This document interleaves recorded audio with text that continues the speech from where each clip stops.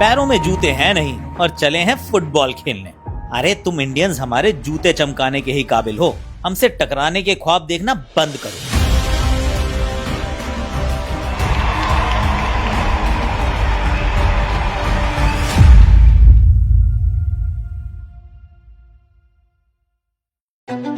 आजादी से पहले की कहानी के हर पन्ने पर अंग्रेजों के व्हाइट सुप्रीमेसी के किस्से लिखे हैं, फिर चाहे वो रोजमर्रा की जिंदगी हो या खेल का मैदान।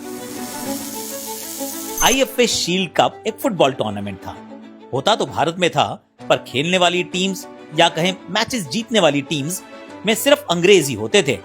ब्रिटिश आर्मी की अलग अलग रेजिमेंट्स की टीम्स हिस्सा लेती थी और उन टीम्स में भी होते थे सिर्फ अंग्रेज सिपाही। लेकिन 1911 का साल कुछ अलग था। कलकत्ता की टीम मोहन बगान एथलेटिक क्लब ने भी आईएफए शील्ड कप में भाग लिया और शुरू से ही सबको हैरान करना भी शुरू कर दिया। इनिशियली तो अंग्रेजों ने इस भारतीय टीम की सफलता को फ्लूक कहा, लेकिन एक दो मैच और जीते तो ठान लिया कि उन्हें अब हराना होगा, सबक सिखाना होगा। उस साल आईएफए शील्ड कप एक फुटबॉल टूर्नामेंट नहीं रहा। अंग्रेजों के लिए मोहन बगान को हराने का एक मिशन बन गया था। आफ्टर ऑल भारत एक गुलाम देश था और गुलाम देश के लोग अपने मालिकों से कुछ मांग तो सकते थे, और उनकी आंखों में आंखें डालकर उन्हें हरा तो नहीं सकते थे ना। आईएफए शील्ड कप का फाइनल का दिन, इट्स मोहन बगान versus Yorkshire regiment. Yorkshire regiment की फुटबॉल टीम ब्रिटिश आर्मी की सबसे बेहतरीन टीम थी और आज सिर्फ मोहन बगान को ही नहीं, गुलाम भारत को सबक सिखाने के लिए मैदान में उतरी थी। चमचमाती हुई जर्सी और फुटबॉल के प्रॉपर शूज। दूसरी तरफ मोहन बगान की टीम नंगे पांव में जूते नहीं थे, पर हौसले बुलंद थे। कुछ कर गुजरने की तमन्ना आज इनके दिल में थी। इंडियन कैप्टन शिवदास भेदुड़ी ने मैदान की मिट्टी माथे पर लगाई और अपनी टीम को एक आखिरी बार समझाया, आज हम सिर्फ खेल नहीं रहे हैं भाइयों, आज हम भारत की इज्जत खेल में लगा रहे हैं। मैच शुरू। अंग्रेजों के पास ताकत, रणनीति और घमंड, भारत के पास सिर्फ दिल। पहले हाफ में यॉर्कशायर का गोल, भीड़ में सन्नाटा, किसी मां के होठ हिलते हैं, भगवान कुछ कर दो ना।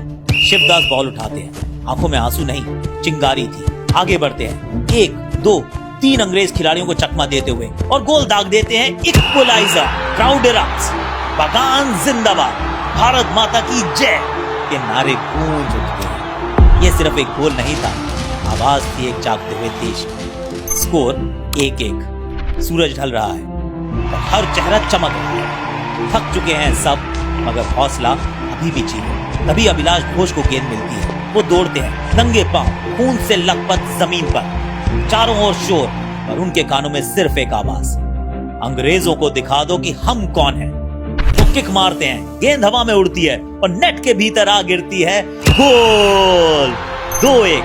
मैदान गूंज उठता है, लोग रो रहे हैं, हंस रहे हैं, गले लगा रहे हैं।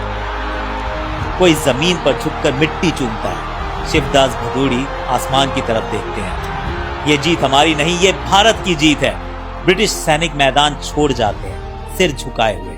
उनके बूटों की आवाज अब हार की गूंज बन चुकी है। एक बूढ़ा आदमी अपने बेटे से कहता है, बेटा याद रखना, आज इन नंगे पांवों ने आजादी की राह खोल दी है। 29 जुलाई 1911, वो दिन जब भारत ने पहली बार आजादी की खुशबू महसूस की थी। जूते पहने साम्राज्य हार गया और नंगे पांव भारत जीत गया। भारत माता की जय।